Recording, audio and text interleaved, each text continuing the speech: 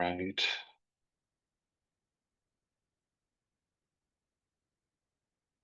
I am going to get started here. Oh, just 1 second. Let me pull up.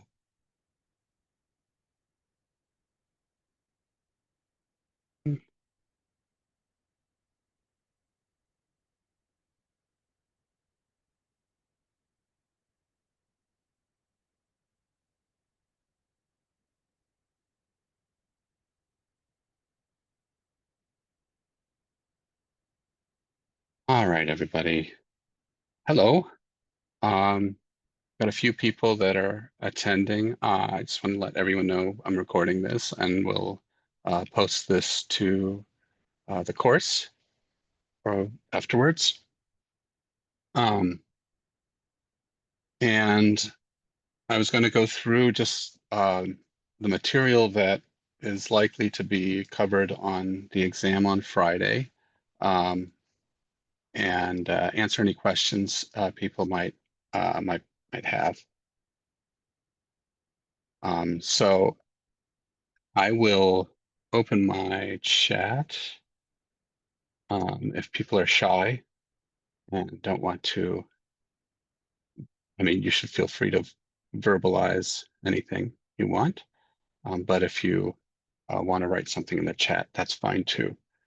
Um, and we'll be able to do that. All right, so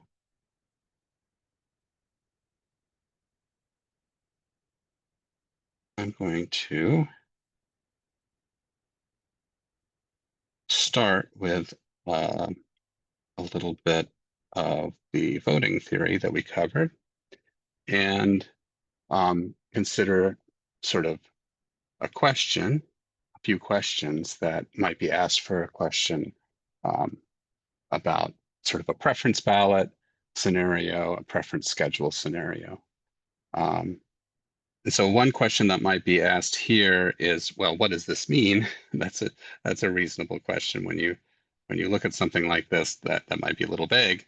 But let's recall this is what's called a preference schedule, and the idea is this number up here represents how many ballots were cast with this ordering of candidates for, say, school board. And then there were 12 ballots cast for this ordering and one ballot cast for this ordering of candidates. Okay, and so one question could be sort of how many voters are there in um, this election, and then you would, so if you were to be asked how many voters, um, you can add them up and get the number. So it's 14 plus 12 plus 1 is equal to 27. Okay, so this could be kind of a question that was asked.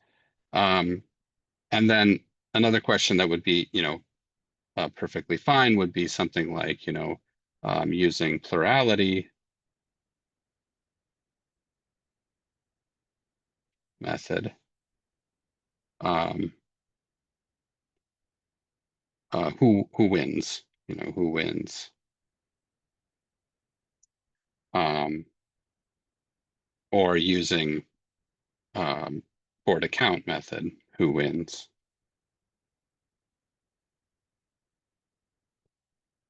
Or using pairwise comparison, who wins?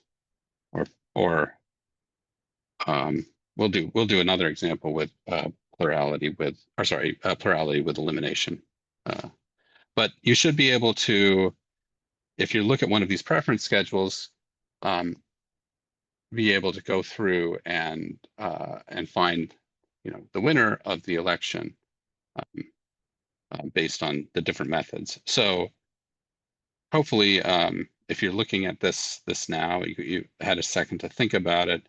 The plurality method case, you'll recall what that means. That means you're looking at just the first place votes, and you're seeing who has the most first place votes. And so in this case, that's Amanda. And so Amanda would win here. So the answer would be, say, Amanda. And board account, I might want to give myself a little more room.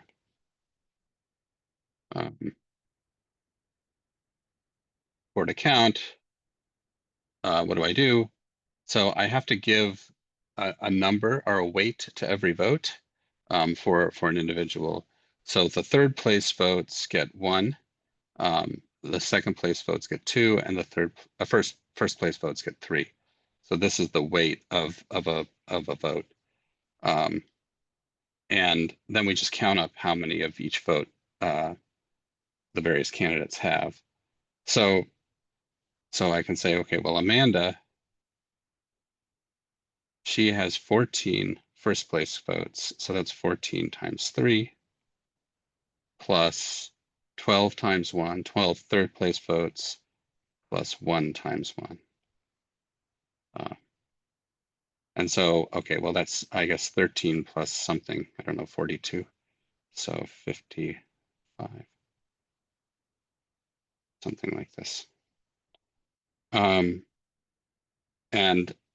Chuck, also, if I make a mistake, as I'm prone to do, please just uh, let me know. Chuck, okay, Chuck gets 14 second place votes, gets 12 third place votes, or first place, pardon me, and another 1 second place. So Chuck gets, okay, so I might need to say 36 here, 28 here, plus this 2, so that's 30 plus 30, well, okay, 28, sorry. I'm being a bad teacher. Let me write it all out. Okay, 28 plus 2 is 30 plus 36 is 66. And then finally, Brian receives 14 times 1 plus 2 times 12, or 12 times 2, plus 1 times 3. Okay, so 24 plus 14 is 38. Plus 3 is 41. Okay. So what we see here is that in this case, Chuck wins. So the answer here would be Chuck. And okay, the arithmetic will be, no harder than what I'm doing here. I for the exam, we're not going to ask you to add very large numbers here. So we're going to try to avoid big computational mistakes. So take your time with this and don't make whatever mistakes I might have made. Okay. Pairwise comparison, we have to look at the various pairwise matchups and see who wins. So in Amanda versus Chuck, well, so Amanda gets 14 votes over Chuck here, but Chuck gets 12 and Chuck gets 1. Okay, so Chuck loses in this pairwise comparison, right? So Chuck gets only 13, Amanda gets 14. So Amanda wins there.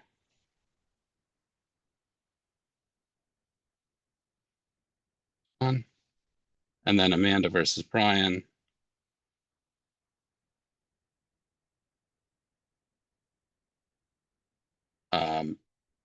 Well, I don't know. So again, Amanda has 14 here. And so there's no way Brian will overtake Amanda there with 13. So Amanda wins here. Amanda gets +1 again. And then just for, second place, I guess, Chuck versus Brian. And it looks like Chuck wins all of these votes, 14. Chuck wins 12, and Brian really has a tough time. So yeah, Chuck's winning that. And so here we see that Amanda is the clear winner of this 2-1. So Amanda wins this. And maybe you would have noticed this early on. I don't know if people remember the vocabulary for this. But when you look, so there's only three uh, um, players in this case, or school board nominees. Um, and so there's only three matchups. But if you look at each of the matchups that Amanda has, Amanda wins this matchup. And that actually follows because Amanda has a majority. So Amanda has 14 of the 27 votes. So Amanda has an actual majority of first place votes, and so should win, at least if we're considering one of our guidelines for fairness. And whenever you have a player that has a majority, they are this Condorcet player. So maybe just to remember, Amanda is a Condorcet candidate.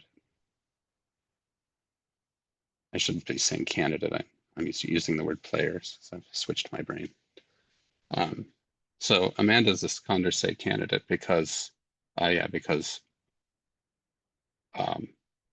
every matchup she has, she wins. And so that's always the case when you have a strict majority. If a candidate has a strict majority, then they're the Condorcet candidate. But they don't have to be. I mean, in some cases, you'll have a Condorcet candidate when you don't have a strict majority. And you can see that the board account method here produces a winner that does not have a strict majority. Check. So some of these fairness rules kind of get violated here. All right. People had any questions or wanted to, feel free to ask or put in the chat if none of that makes sense or any of it. If there are any questions there. And so I wanted to do one more example of the voting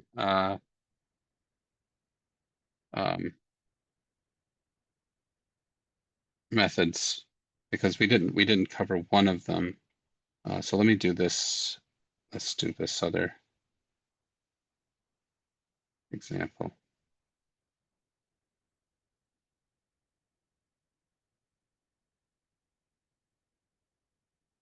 So same group of candidates, same kind of election.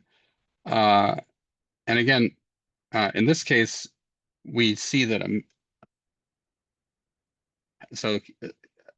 there's a question of how much the test will be about these types of problems, plurality. Well, okay, so it's one of maybe 4 of the chapters we've covered. So I think it's fair to say, a fourth, maybe, no more than a fourth, maybe a little less. So there might be 2 or 3 questions about these types of guys.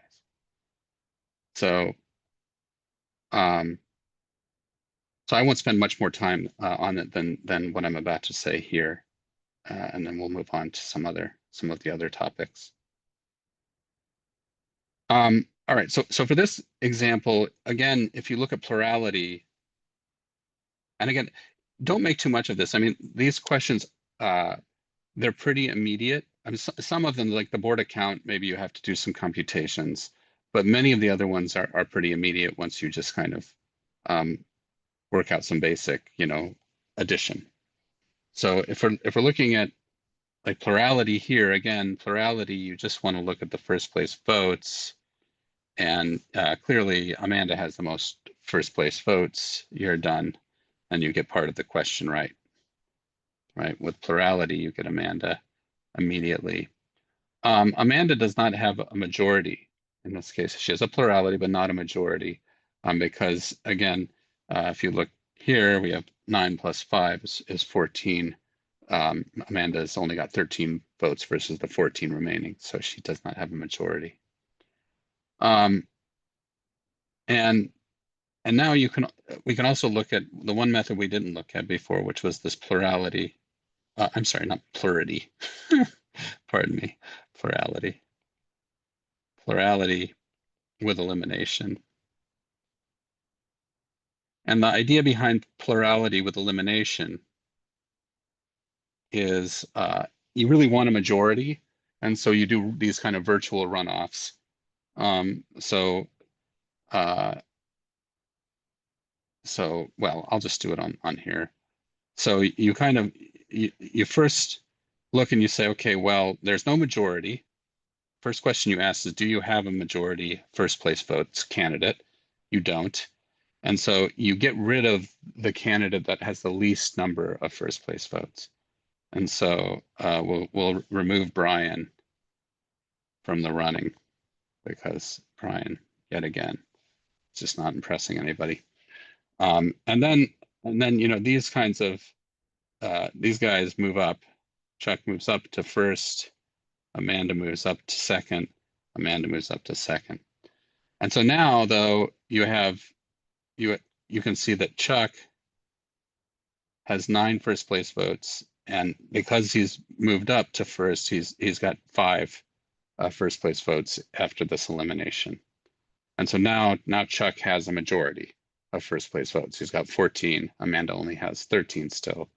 And so in this case, you get that Chuck is winning uh, with elimination. Okay, so I just want to remind people of that method as well. And yeah, okay, good.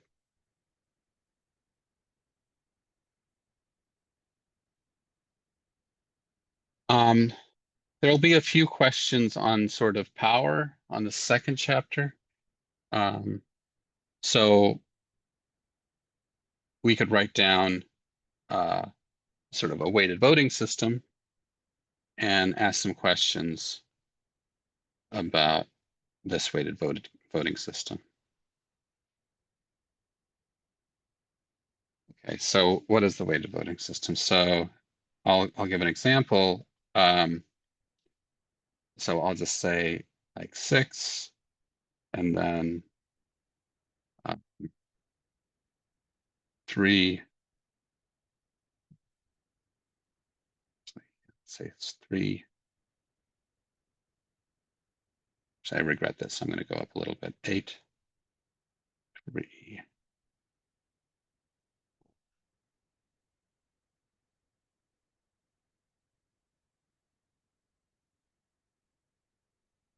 Okay. I might need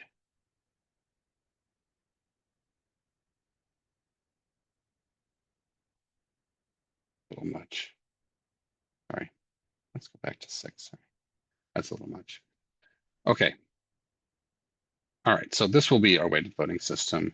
And I just want to recall a few ideas about weighted voting systems and how to compute various things. So let's see. This number here, what are all these numbers? So this follows this pattern of Q, W1, W2, and W3. And okay, so there's a special number Q. This is your quota. And it's the number of votes you need to pass whatever whatever measure you're trying to pass. And these are your weights for each player. So this is the player 1 weight, this is the player 2 weight, this is the player 3 weight. So in this system that we're looking at here, we have 3 players with a quota of 6. And usually we denote those players if we don't have like names for them or something, P1, P2, and P3. Yeah, okay, I've already written that. And so one question you might ask, there's 2 sort of ways that we measure power for a weighted voting system. One way we measure power is this Banzhaf power index. The other is this Shapley-Shubeck power index. And you may be asked, to compute some of the various numbers in that system. So let's talk about how we would go about the Banzhaf power index. For that, we want to make sort of all the possible winning coalitions. So maybe here's a question. What are the winning coalitions?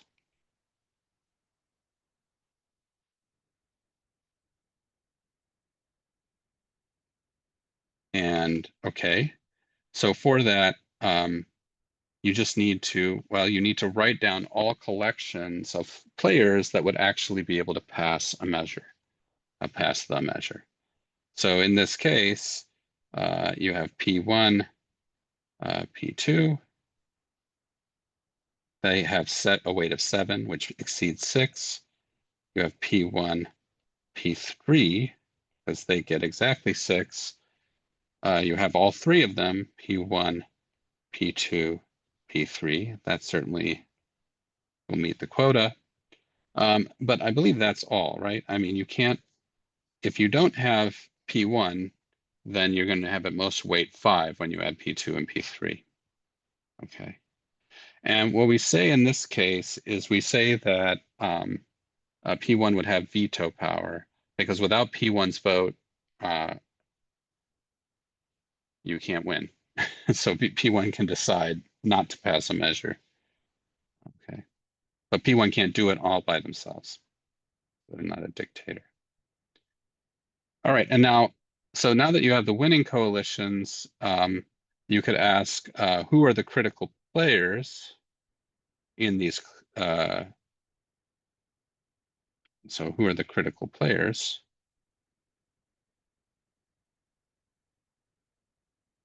in these coalitions?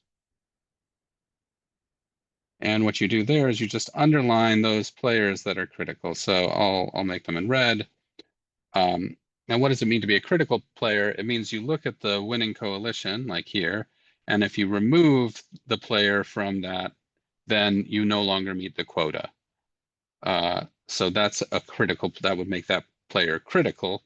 I mean, it's very intuitive if you think you're voting, maybe you're, you know, with a family or something, you know, I guess a lot of families vote for things, but let's say your family is very much into democracy and they always vote on everything, then you might say, well, I'm critical to deciding which restaurant we go to if I don't vote for your, I don't know, whatever restaurant you like, then we're not going.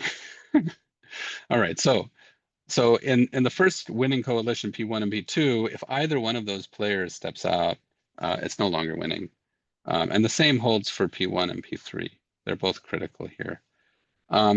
However, in the last winning coalition, only the first player is critical. If the first player leaves, then the remaining players they only have 5 weight 5 together, which is not winning. Whereas if P2 leaves, well, you're still in this winning coalition.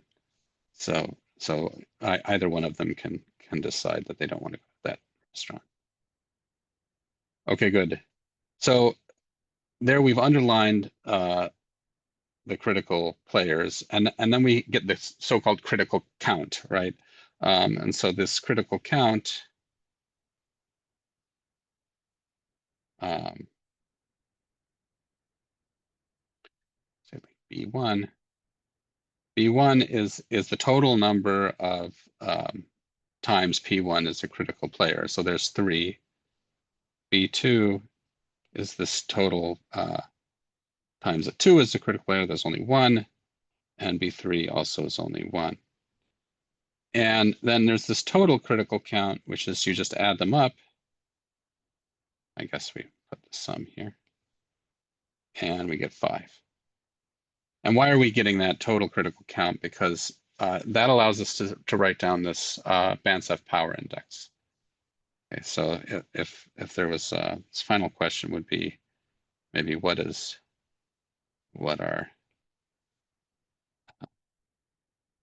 the Banzhaf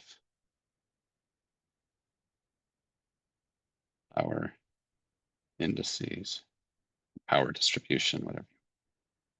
I'll just say indices. Um, and that's just the ratio. So you have beta 1 is equal to B1 over T, which equals 3/5. Beta 2 equals B2 over T, which equals 1/5. And beta 3 is good times, equals 1/5. So that would be the answer here.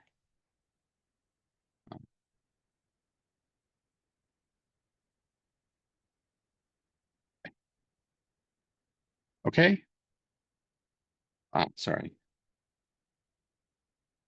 There's a question, another question that I missed. I might be fairly late on here. Which was, will there be anything about fairness criteria of chapter 1? So when I was talking about elections. So there may, you should know the fairness criteria. Um, and so if we ask, is this criteria holding in this for this particular voting method for this particular election, then you should be able to say yes, no. So you should know what those criteria, those 4 different criteria are. Any question that's asked about that should not be, it's not going to be super deep, but yeah, have an idea of what those are saying. Thank you for that question. Sorry, I was so delayed. Okay, of course. So this weighted voting system, what we just did here was to find this Banzhaf power index, but we could be looking for this Shapley-Shubik power index, and so for that, what do you have to do? That instead of dealing with sort of winning coalitions, we have this sort of permutations. So we look at these sequential coalitions, which is sort of one of the permutations of the players. So the idea there is, sorry, I'm going to bring this, oops, bring this down so we can look at this. So let's look at another set of questions relating to the other way we measure power.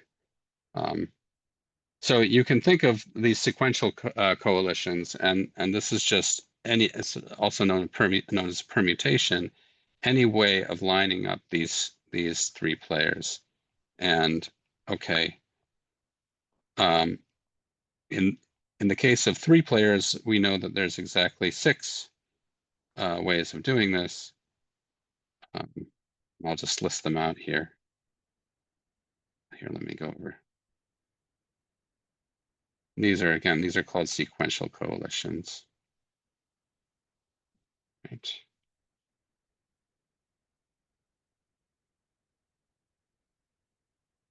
And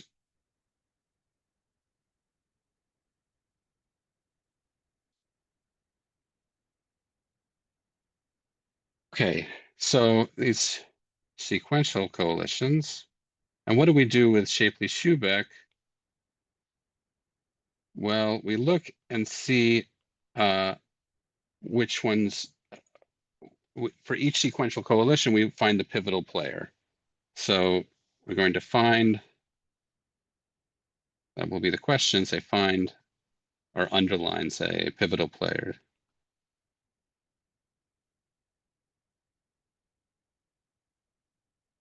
All right, so what does that mean? Well, we keep on going. We imagine that there's a line. The first player is first, second player is second, third player is third. And each one is going to cast a vote for the measure. And the question is, when does that vote meet the quota? Once the vote meets the quota, you call that player that casts that vote the pivotal player. So in this first one, we have player 1 only has 4 votes. Player 2 adds 3. That's 7. It's more than 6. So we have a pivotal player for player 2. Wow, I just repeated. Sorry. Let me get this right. Okay. And then the same kind of thing happens in the second sequential coalition, is that player 1 has 4. player 3 has 2, we get 6 votes. We've met the quota. In the third, well, we have player 2 has 3, player 1 casts 2, that's only 5. And so it's not until the last player, player 3, that we get the quota met.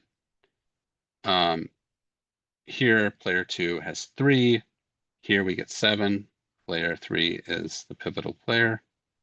And finally, player 3, player 1. Oh, I'm sorry. I'm so sorry, guys. I think I started miscounting here. I mixed up some things. Let me edit the tape here. I'm sure many of you caught this. Yeah, player 2 has 3. Player 1 has 4. My bad. So player 1 is the pivotal player here. And then again, this is the example where player 2 has 3. Player 3 has 2. That's only 5. So player 1 is the pivotal player here. I'm sorry that I mixed that up. Okay, now I think we can continue. Player 3 has 2. Player 1 has 4. That's 6. So player 1 is the pivotal player again. And then here, player 3 has 2. Player 2 has 3. That's only 5. So player 1, the pivotal player, and the last one as well. Okay, great. So in this case, we see player 1 winning the day a lot of the time. And so the pivotal count is going to be what? So pivotal counts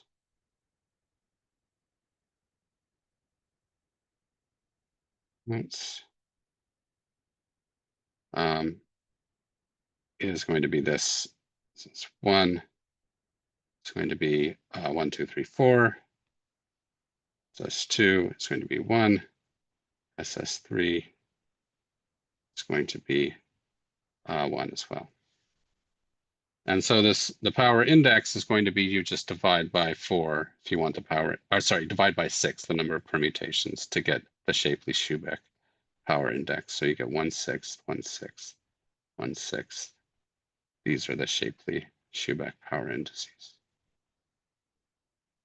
All right, great.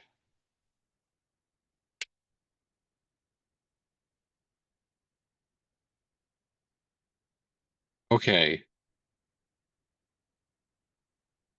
So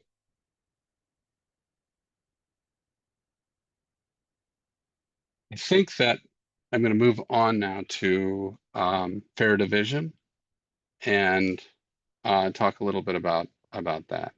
So for fair division, we had several different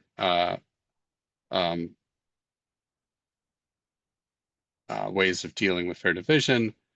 So one way was to do sort of a divider chooser method. I'll let you guys look over that, and I'm going to instead pick up with an example from the sealed bids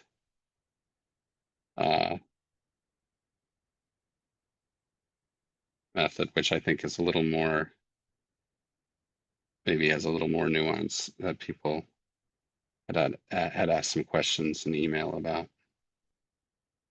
So let me talk about sealed bids for a minute.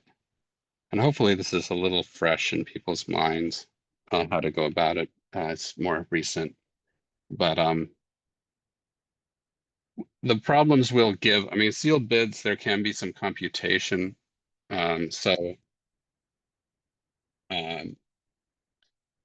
But yeah. So let's say we have 2 assets, we have 4 people, and we're trying to allocate a house or a car to these people in a fair using sealed bids. So there's some questions that can be asked about this situation. And so let's go ahead and ask those questions.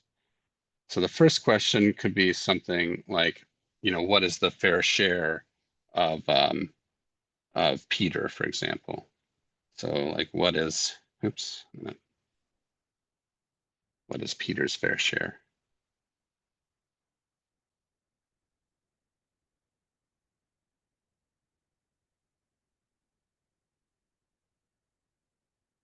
And the answer here is just to go ahead and add up the assets, the bids that Peter makes for the assets. And so in this case, if we add this up, I'm not quite done yet, so let me just add this up. I'll get 290,000 for Peter. Okay. Now,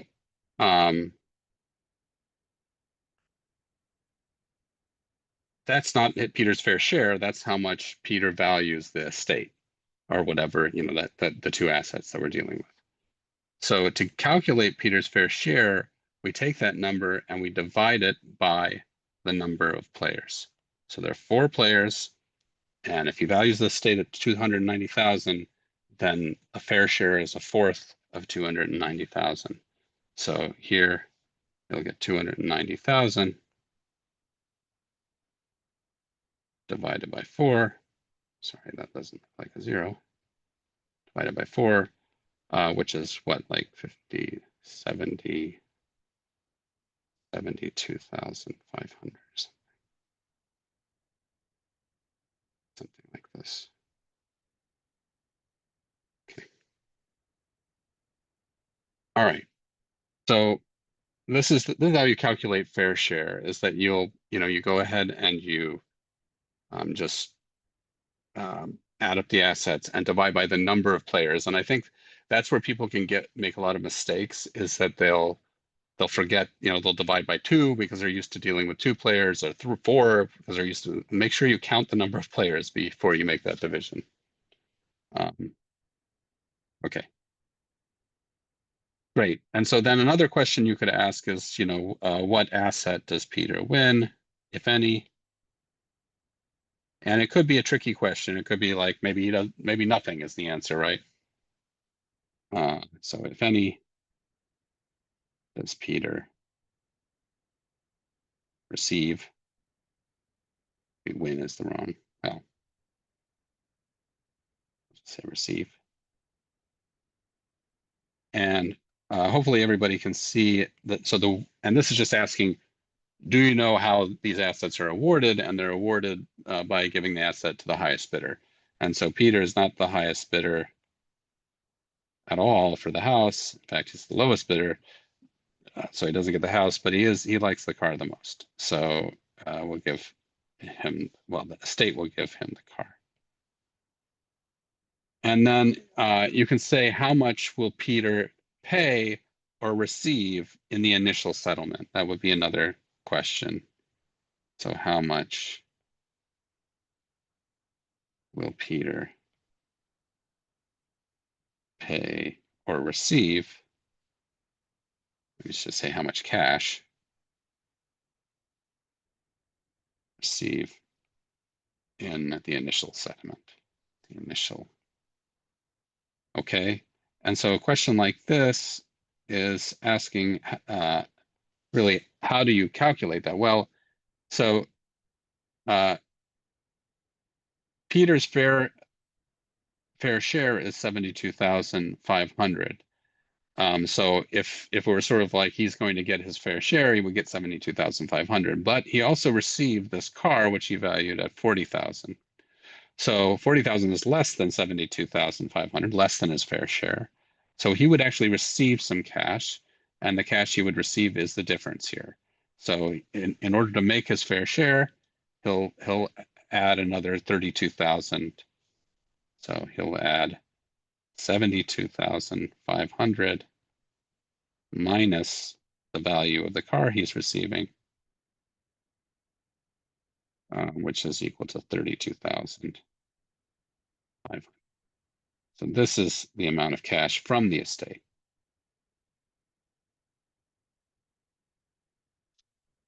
Um, and so if if we were to continue, I mean, as I said, these questions can become a little computationally um, burdensome, especially if there are a lot of players and a lot of assets.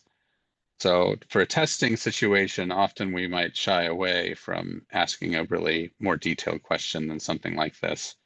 But the method continues to calculate surplus, divide surplus evenly, and then sort of balance these for a final settlement. But that kind of a question, I think, may not be appropriate for an exam, um, just for timing reasons. So I'm going to skip that part of the problem. However, another fun kind of um, problem would be to do like a method of markers problem. Those aren't too difficult as far as timing goes. I think I got a screenshot of one, and this is like one from your homework. So I think they generate randomly. So hopefully it's not one you've done or will have to do. I think it's already been done. So this is just yeah, method of markers, and I mean, maybe again on an exam, we may not ask for you to give all of the details, including, like your surplus division or any of that stuff. Um, but um, but we may ask some question about, what is the, give the numbers that a particular player receives using method of markers. So let's go over that again, and uh, we'll see what we can see here. So for method of markers, what do we do? So we look well, first of all, maybe take a look and see what players we have. We have 4 players, A, B, C, D, and that's it. And so what you want to do is you want to find the first marker that you can, and that first marker belongs to C. So C is the first marker. Um, and we're happy. And usually what I do when I do this is after I find a marker for one of the players, um, I go ahead and just remove that player from later markers. So I just that way I kind of keep my head on straight. If I don't do that, sometimes I double count. So it just avoids errors. Now I look for the second markers. I look for the first second marker. Okay. So the first second marker, well, let's see. So this is the first marker for B, first marker for A, first marker for D. This is the first second marker, and it's for D. So I have the first second marker for D here, and I'll remove, oops, I'll remove D's marker here. Okay, so great. So we've got C and D, which means the only 2 remaining players are A and B. And now I need to find the first third marker. Okay, so I have A and B here, A and B here, and here's the first third marker, it's B. Great. And so that B is the first third marker. Oops, I'll circle that in green. And I don't, this is a third marker, there's no fourth, so I don't need to cross anything out. And now what you do is you look at, so I've got these guys circled, and A will be this sort of last marker, the only one that's the only player that hasn't been done. But actually, really, the right thing to do if you want to think about it correctly is A is sort of over here, because what you is a marker that doesn't really exist, but it's sort of the end of the line. Because what you're going to do is you're going to take those markers and you're going to find everything before it. So for C, you're going to choose this.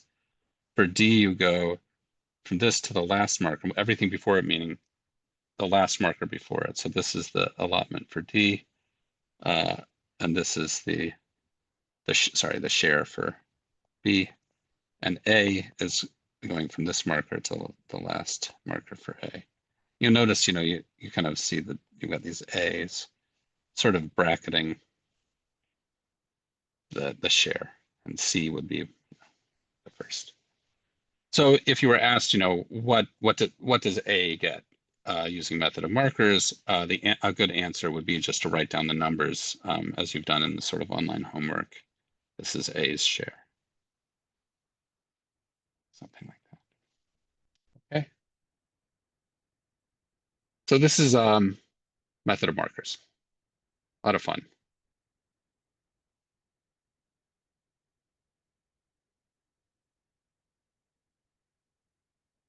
Okay.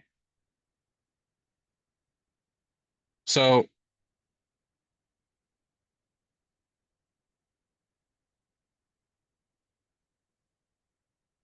the last thing I want to jump into because well, this is sort of the last chapter. I want to give a little bit of time to this with some stuff on graphs. And one thing I didn't really talk about in lecture, it's talked about in the book, is one of the things that is in the homework I was asked about in email, and I want to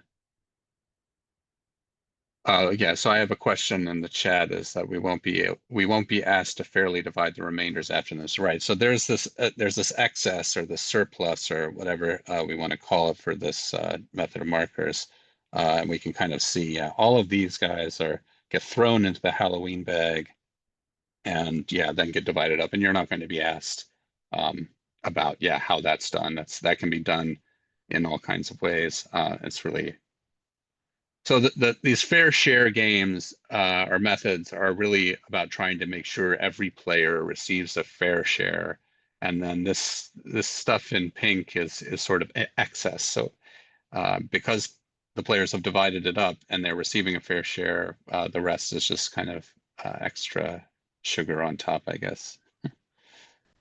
So yeah, we won't ask about I think that part of it.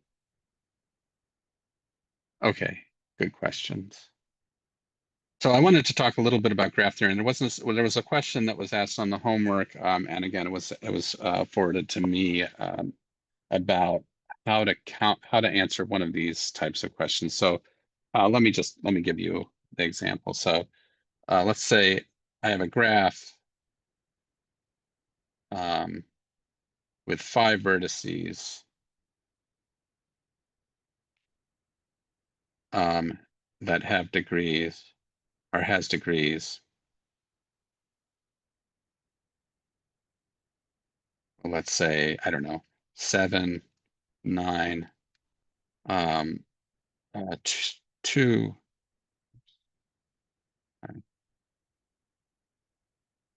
Uh, I'll say 4, um, 5, and 3, okay, respectively.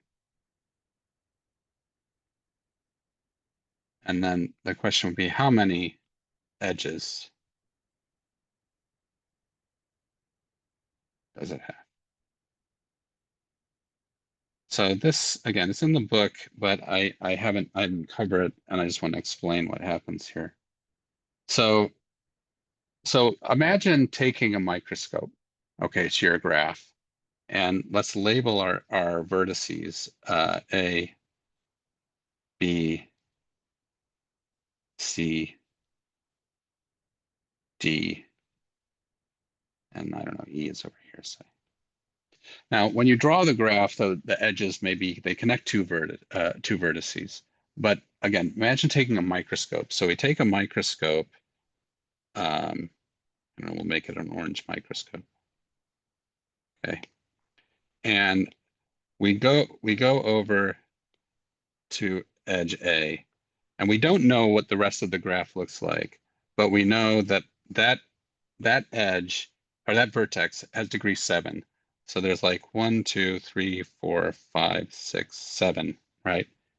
Edges leaving that guy. That's all we know with the microscope. We don't see the rest of the picture.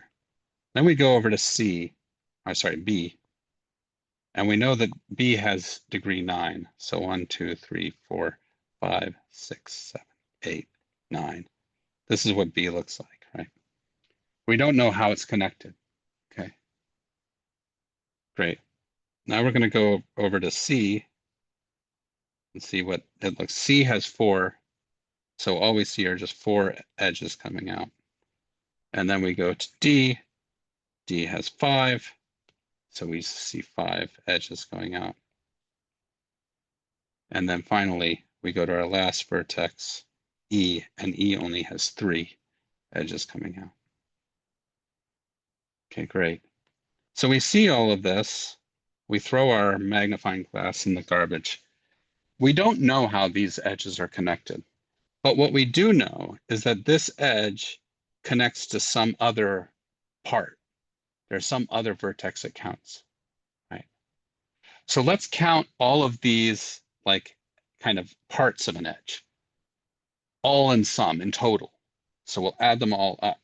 So we're just going to add up all of these numbers, all of these degrees. Let's do it. 7 plus 9 plus 4 plus 5 plus 3. Okay, so looks like I've got 16 plus 4 is 20, plus 5 is 25, plus 3 is 28. So the total number of parts of an edge is 28. But now, what do I know about these parts of an edge? Well, I know that one part of an edge will connect up to some other part of an edge.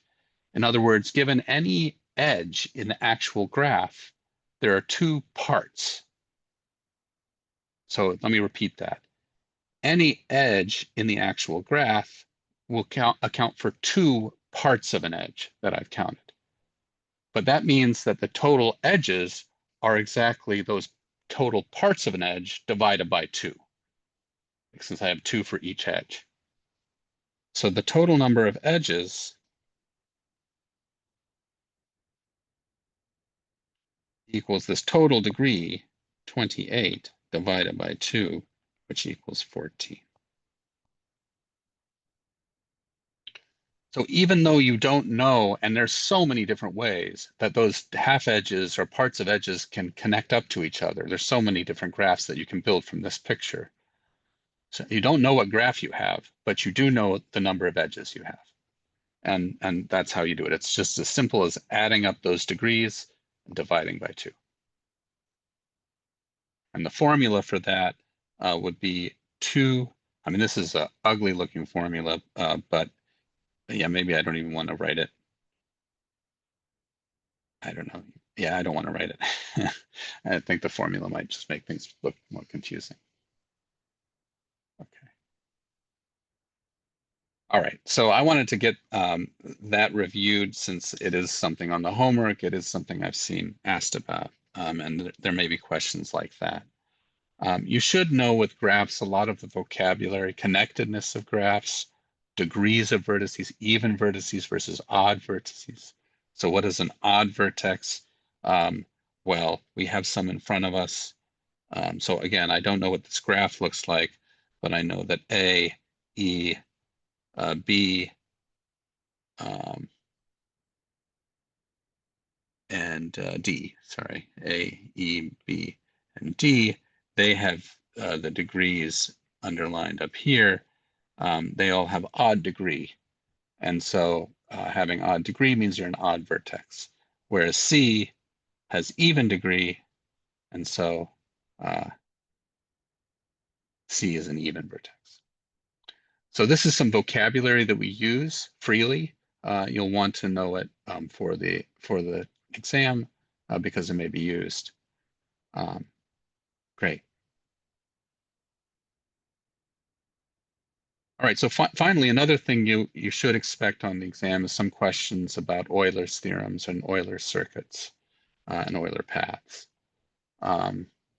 So let me say something about that. Let's say Euler circuits and paths.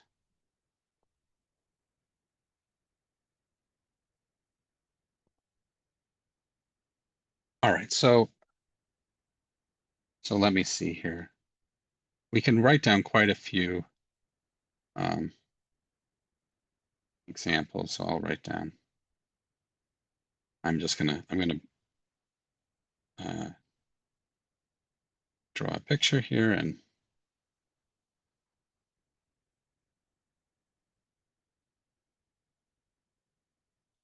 this, and this, this. Okay.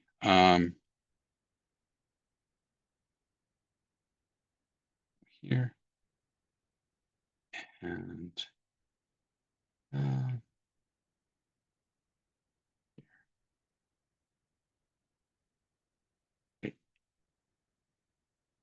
okay. So I may, a question may be asked along the lines of, is there an Euler circuit or an Euler path on this graph? So I'll give everybody a second to look at it if you haven't already looked at it. And this is a sort of a knowledge test. You're not supposed to go back several hundred years and reprove some of the theorems. You're supposed to know these theorems from the lectures and from the book. So what do you need to know to answer this question? Let me write it down again. So uh, um, find an Euler circuit or path if possible.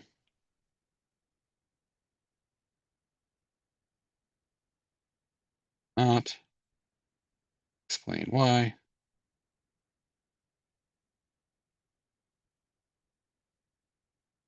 So again, it's not always possible to find one of these. So you don't want to just immediately start looking for them. You should be looking for a property of the graph. All right. So now that people have had a second to look at the graph, I should say this is an edge connecting these two vertices. I'm drawing it under this edge, so it's not two different edges. I don't know if that might have made a difference. All right, so the thing to do here is to find out which vertices are even and which vertices are odd. So let's just, I'll just do odd in red, even in green. Okay, and so again, the way you find out whether a vertex is odd or even is you check its degree and see if that number is odd or even. So here we have a degree 2, so we get green and even. Here we have a degree 4, oh my goodness. Here we have an odd because we have a degree 3, so that's odd. Here we have a degree 3 as well, so that's odd. And here we have a degree 4, so that's even. Here we have a degree 4, that's even. Here we have a degree 4, that's even. And here we have a degree 2, that's even. Okay, great. So we have two odds and four evens. So by a thumbs up vote, who says there is an Euler circuit, or by a thumbs down vote if there's not one? Euler circuit. Anybody? Thumbs down. I've got one thumbs down. I've got two shy students. Okay. The thumbs down wins. There's two abstentions. Okay, good. That's right. So there is no Euler circuit. An Euler circuit has to traverse all of the edges, as does a path, and it has to end where it begins. That's the difference between a circuit and a path, is that a circuit has to end where it begins. So there is no Euler circuit, and again, this is by Euler's theorem. So maybe say by Euler's theorem, no circuit, no Euler circuit.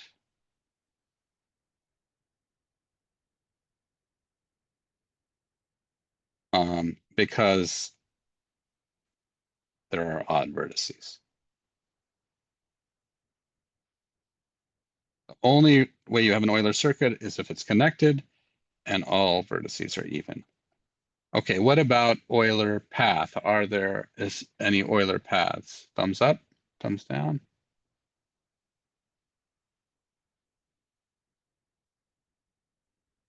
They're too busy celebrating. There is an Euler path. That's right. There is indeed an Euler path. And that is also from Euler's theorem for paths. And it says if there are exactly two odd vertices in a connected graph, then there is an Euler path. And well, how do you find that? Um, well, you start, I mean, I always do this sort of by giving myself some scratch paper. So I'll do this here and just do Fleury's algorithm for you guys. So I'm going to, it's a kind of easier process actually when you have like a notability. So I'm sad to say that that's not going to be there for everybody, but I want to show you the process. So to find an Euler path, what do we do? So I'm going to we'll number the edges in order. It's a sequence. One way you think of a path is a sequence of edges that sort of the endpoint of one connects the initial point of the other. So you start at one of your odd vertices for an Euler path. And let's say I just start down here at this odd vertex. And the idea of Fleury's algorithm is you take any edge you can, as long as it's not a bridge, unless the only possibility is a bridge. So if you have options and you have a non-bridge option, take the non-bridge option. And remember, a bridge is an edge that when you remove it, you disconnect the graph into two pieces. So that can be hard to see if you have a complicated graph. This graph shouldn't be too bad, but we'll start with this numbering, this first edge 1. And I'm going to go over and remove that edge as I go. And now I'm going to choose the remaining edges from this vertex. I've got these 3. None of these are bridges, so I can choose anything I want. And I will choose just this one, say. I'll choose this one, 2. Okay, so this diagonal. And I'm going to remove that edge there. Now I'm at this vertex, and I can choose any one I want. So I'll choose to go uh, I'll choose to go down. I'll just do something strange. I'll go down. So I'll go 3, and I'll remove that edge. Oops. Now I'm here. And again, I have 2 edges that I can go on. I can't choose a bridge because there are no bridges. So either one. So I'll just go down this way. I'll go back to my starting point. Now I have actually just made a circuit, by the way, but it's not an Euler circuit because I haven't hit every single edge. So I need to erase the one I just went on. And now I'm sort of only have one option, and this is a bridge. You know, this edge here is a bridge, but it's my only option, so I take it. And so I say 5 here. I remove that. And now again, now I'm in a situation where I actually have a choice to make. I have 3, well, I have a restricted choice to make, I should say. I have 3 options, and one of them, this one here, is a bridge. If I remove this, I get a disconnected graph in 2 pieces, and here I mean 2 pieces with an edge. So of course I have this isolated vertex, but I'm not going to think about that. So I don't want to take a bridge if I can avoid it. So I don't take that bridge. So instead I choose either of the other 2. The other 2 are, neither of them are bridges. So I'll just choose, this is 6, remove it. Now I'm here, only one choice. Choose this is 7, remove it. Only one choice here. I'm here, this is the only choice. 8, remove it. Only one choice again. I'm here, gotta go that way. 9 here, remove that. And now you can see there's only sort of the choice of going 10 here, 11 here. So let's just remove those. And one thing that's useful, I mean, if you run into an issue when you're doing this, which, mistakes happen when you're doing these algorithms all the time. So if you're like, oh my gosh, I'm out of options, or I haven't hit this edge over here and I've come back to where I started and I don't have anywhere to go, you may have gone over a bridge. And so or maybe you've repeated and you wrote something down wrong. So it's useful just to go ahead and kind of trace your steps, make sure at the end, okay, if I follow this, will I actually cover every edge exactly once? And the answer is yes, I will. They kind of solve the maze, if you will. All right, guys, you've been very patient with me. I've gone a little over an hour. I hope it was a little helpful to review some of these. I think I've hit most of the topics uh, that will be uh, on the exam. But look over your notes, look over your homework, and please do just reach out with an email if you have questions. I'll try to get back to you within a day. All right, everyone. Good luck. Thank you.